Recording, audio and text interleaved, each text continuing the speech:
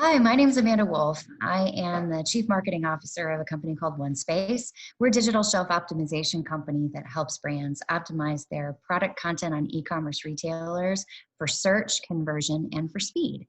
And I'm here to talk with you today about how you can win in online grocery with retailer-specific content. So a lot of you guys are probably saying this right now because everybody's saying it. We're crushing it. E-commerce is up 30%. Or some other figure that's more applicable to you. And that's true. You know, we've all seen these stats, so I'm not going to belabor these because about every presentation you're going to be sitting through in the next few days is probably going to have some slides that are like this. But some companies, some researchers are saying that we've accelerated growth 2 years. Some are saying even as much as 10 years. I know a McKinsey post recently said we've accelerated as much as what we were forecasting 10 years in the future.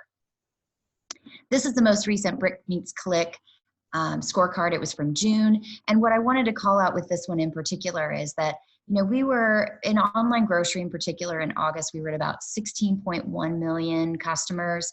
In April, at the height of the pandemic lockdown, we were at about 40 million. Now in June, as of June, when this was released, we're at 45.6. So we had all kind of prophesized that it was going to level off or maybe even decline. But what we're seeing is that customers are still extremely active at this time using the online grocery delivery and pickup services. But tied to that previous comment, great growth is really relative. So maybe your brand's up 30%, but if your competitor's up 40%, your challenger brand is up 60%, then you're probably not capitalizing on the opportunity that this massive shift in buying behavior provides to you. And really, the other piece to note is that, you know, we think about a lot of this as challenger brands, right? A lot of that 60% growth coming from these digitally savvy companies that are small and Kickstarters. But really, since COVID, every brand can be a challenger brand because of the out of stocks and because of a lot of the changes that happened. A lot of the search rankings and the dominance that some previous brands had achieved was suddenly gone. It's sort of a new world out there when it comes to where things are ranking on the search results pages on the various retailers. So one way to approach this as a challenger brand is thinking through what you can do to expand your reach and improve your agility to ultimately help you be more successful and go after the ones who are currently winning. I like to say that there's 4 steps to improving your reach and agility. One is always being on, and that includes not just your paid advertising, but also your product content for the different retailers, and especially beyond Amazon. Another is expanding your portfolio. So a lot of you may be just selling some of your top SKUs on the retailers. And we're talking here about not just your volume drivers or your top SKUs, but really almost all of your portfolio. The third here is investing in quality content. So one of the things I'm going to talk about is how differentiated content is really, really important for the different retailers. They all have different requirements that really do try to set themselves apart from all of the other competitors in their retail landscape.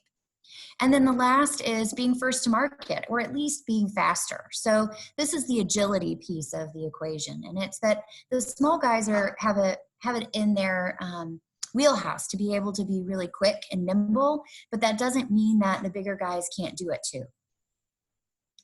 So you might ask yourself, how can I do all those things when I don't have the resources right now to do that? And so I like to equate this to agile project management. So if any of you guys have ever experienced software development, a lot of companies use agile as a framework, and this is the iron triangle of agile project management. So in order to deliver a quality output, you really have 3 levers that you can pull in that project. You can reduce the scope, you can reduce the time, or you can increase the resources.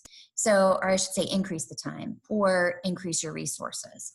And what that really means is that, you know, expanding your scope in this case, which is something that we need to be doing if we talk about that previous slide, means that unless you start adding a lot more time into the equation, you're probably going to need to add more resources. When I talk about scale, that really does equal the scope in that agile management philosophy.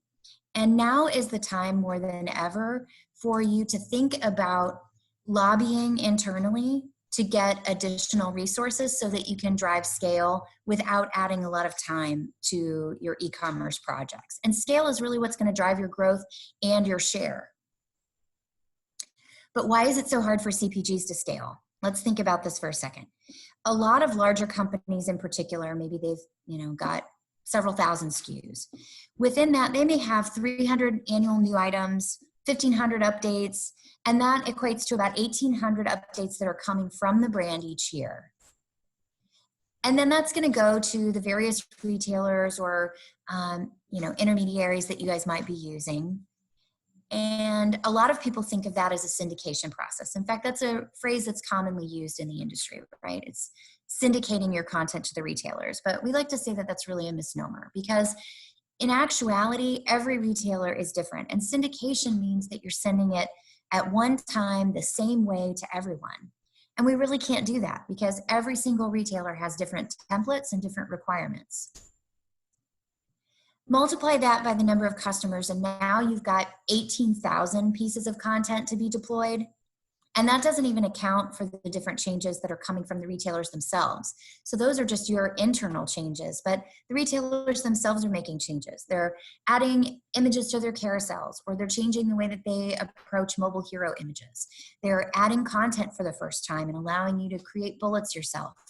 These kinds of things allow for opportunities that you may not have had otherwise.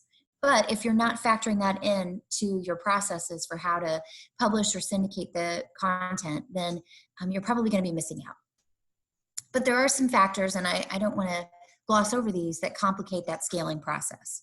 One is typically a small workforce. You may have understaffed internal teams or small agencies with just a few people. You may have really complicated routing processes, especially if you were in something like over-the-counter pharma, where you may have medical certification or medical teams reviewing things in addition. But even in the food and beverage space, you may have brand, legal, regulatory, all of those reviewing different pieces of content that you're trying to get approved.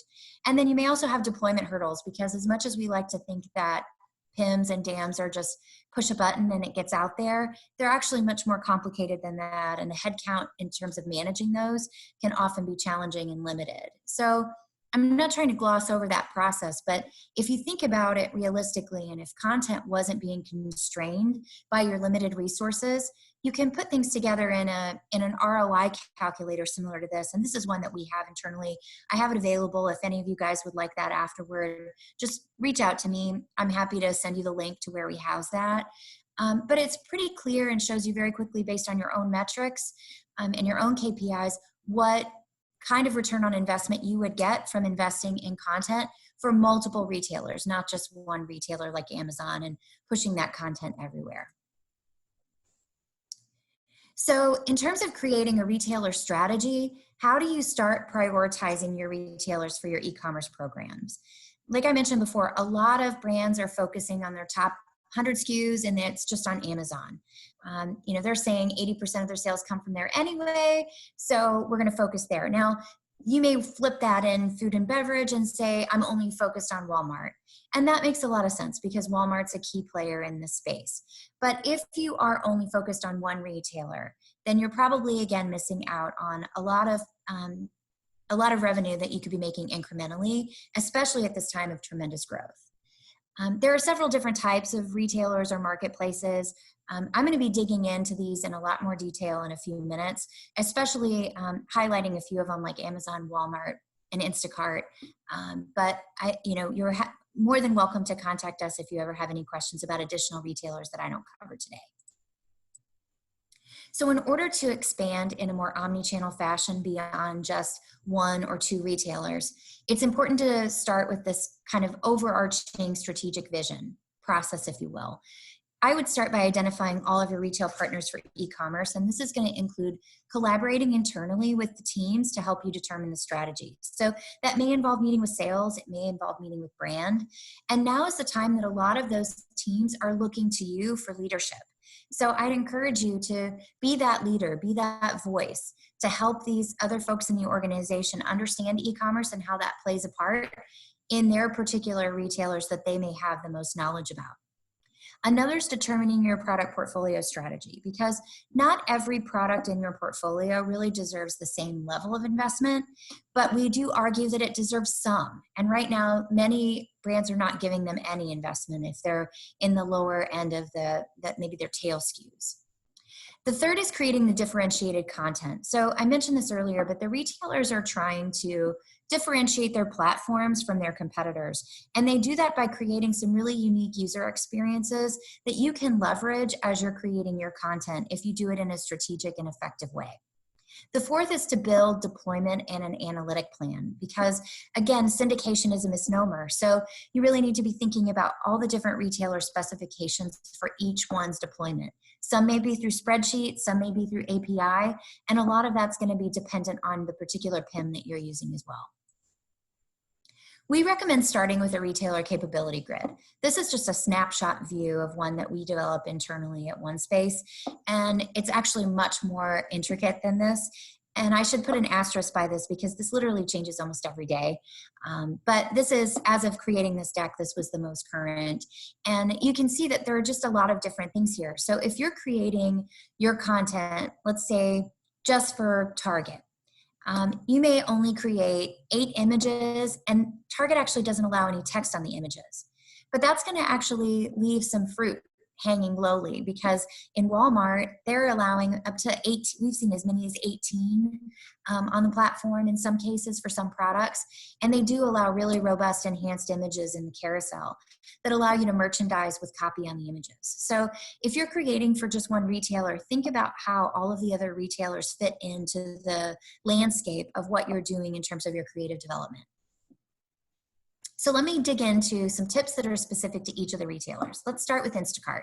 Now, I realize Instacart's not a retailer. It's a different beast in that sense, but let's talk more about that. So Instacart boomed, as you guys all know. This is just an article from Food Dive.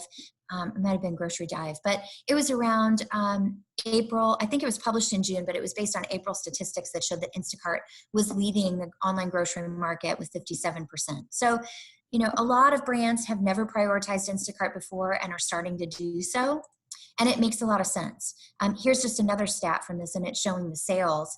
Instacart sales grew by 98% between February and March. Huge growth for that platform. And they're responding with rapid innovation. They added several features to the platform to make delivery a little smoother, given the long delays and some of the rescheduling that was happening. They also added a lot of shoppers quickly. They invested in customer service, and they also launched a new advertising platform and created some better purchasing data that they were providing to brands. So tip 1, this is just a tip for us related to Instacart. The first thing you need to do is really think about getting in the basket early with all these new Instacart shoppers, because past purchases are a huge, huge factor in what reorders happen. And customers really lean heavily on these sections. This is a stat directly from Instacart, but customers, by a customer's 10th order, almost a quarter of all their conversions are coming from the Your Items aisle. So some of the ways that you can get attention to get added to the cart that first time would be with mobile heroes. Instacart is one of those providers that does discourage heroes, but as of right now, they are still allowing certain types of them. You have to be a little restrained. You can't go completely crazy, but it does allow you the ability to create some different styles of heroes that showcase some of the products. So here's a screenshot that I took today. Just of the beer category, and you can see in this spectrum some of these images. There's several different styles here, and I think there's even towards the end of this video, you'll see one for Corona that's more of the Cambridge style that's right there. You can also use the self-service ad platform to do a quick test and learn to prove it out. It's one of the quick ways that you can see based on conversions. Did changing this image really make a difference? Another thing you can do on Instacart is you can't create the titles on Instacart, but you can influence them. So Instacart actually creates and controls your titles, but oftentimes they're lacking or they're missing information, or they might even be incorrect. So if you have a verified CSP like Salsify, you can actually override some of the data through their API. So while Instacart doesn't allow size information, you can modify things in the brand name field and in the product name fields within Salsify. You can also influence search by adding keywords to that product name field. So here's an example. One of your titles may be in Instacart automatically, like brand with the category with the flavor. So such and such coffee, vanilla flavored. You can actually edit that product name to include keywords as well. So you could make it so it's brand with the flavor keyword and then put the category, like the coffee bean, at the end of that. Okay, let's move on to a few quick tips for Walmart. So in 2016, analysts were predicting that Walmart's click and collect would reach 6.7 billion by 2020, but in 2019 it had already exceeded 8.5 billion. So that growth was all pre-COVID. Now, of course, we've seen the statistics everywhere. Here's another one that came out in July, actually. And this one was from Retail Feedback Group, and it talked about how they were actually leading the online grocery category in terms of the number of customers. And Walmart's making a lot of moves. They just merged the .com and grocery platforms, or at least started that process. It still goes back and forth, and you see some jumps back and forth between the two platforms, but the apps have merged and they do point you back and forth now. They just launched Walmart Plus to compete with Amazon Prime. They announced the major restructuring, and that did include layoffs, sadly. Hopefully everyone out there is finding new work, but they are restructuring to be more efficient. They've added omnichannel analytics to their ad platform, and they also inked Shopify as a partner to expand their third-party online marketplace. So definitely making a lot of changes. They're not just sitting idly by, especially knowing how big they are. So one of the tips for Walmart is to really maximize your titles. They've been really aggressive about changing their character limits, both in advance of the grocery.com merger and after, and they're doing that category by category. So their maximum character limits used to be 200, I believe, and now in some cases those are around 70 to 76. Now on mobile they were always truncated, so that's not a change in that sense, but the overall title length is different. So we'd encourage you to be proactive and not only, shorten your titles, but think about the best keyword strategy within Walmart. And there's a couple ways you can do that. There are providers like us that have search data that help you with that keyword title architecture, but you can also just use something as simple as Search Suggest to help understand the keywords and the phrases that users are searching for in your category the most. Another area of opportunity still with Walmart is that while they discourage really robust mobile hero types, they actually do still allow some of the very robust styles. So I'd encourage you to do some test and learns and really push the boundaries. You have more freedom here than you do just about anywhere else. And for those of you guys who aren't familiar with hero testing, University of Cambridge has a really good website, ecommerce.inclusivedesigntoolkit.com. You can go there and look at their research study, and it shows some of the conversion and CTR lifts that were seen in some of these different categories with different styles of mobile hero images. This last one may not look like a mobile hero traditionally, but it definitely is. It's a cleaned up pack shot that shows the interior, and even something that simple did see lift. And most of the retailers, even if they don't allow a really robust hero style like the one in the middle or the one to the left, they are allowing those styles. Walmart's even added Cambridge style for their private label products, that great value product. So you can do searches on there and you can see they're the Cambridge style, kind of, sometimes they're called the Unilever style because they really kind of pioneered that style. But, given that private label is still playing in that space, I'd encourage you to really take advantage and do some tests related to mobile heroes. Another tip for Walmart is maximizing your character count. On that grid earlier, I showed you that Walmart in particular has a 4,000 character max description. That's huge compared to Amazon's 2,000, and that means double the keyword opportunity. So take advantage of that for sure. And one way that you can do that without it seeming completely overwhelming to customers is by adding HTML. So Walmart actually allows HTML markup, just basic markup, but you can do section heads, you can do bolding, and that really does help break up the monotony of that long form copy. Okay, Amazon content tips.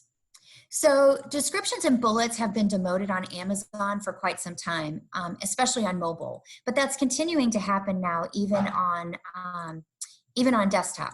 And so this is just a shot so that you can kind of see what that looks like. But how are your customers really going to learn what they need to convert if they're seeing branded content in your A+ content before they ever see the individual product content? So they're really going to be looking at your titles and your image carousels and your A+ content. That's how they're going to learn about your specifics. It's probably not going to be from the descriptions and the bullets of the individual products you're trying to sell. But bullets are still key on desktop. So make sure that you use the descriptions and bullets to optimize for search. So even if they're not viewed in mobile, they're still a great search opportunity for you to embed keyword strategies. And mobile's made the image carousel even more important as well. So, mobile shopping is shopping, especially on Amazon, and product-specific content being deprioritized means that those image carousels really become the way that you communicate the features and benefits of your product. So if you're currently only including pack shots, then you're probably missing out on key messaging that your customers need to convert. So this is the type of image carousel that we typically recommend. Image carousels that help you merchandise your product. While they only show 5 images in a video or 6 images at the most in most categories, if you click on it, you can see more images. And this is a really good way to make sure that you're optimizing your content for conversion. Now, these are not going to help you with SEO, but they're definitely going to help you alleviate any questions that are in the customer's mind. For example, this one in the bottom in the middle about the easy pull tab, that's something you can easily see on a brick and mortar shelf, but something that could really derail a customer from purchasing your product if they really want to know how it opens and closes.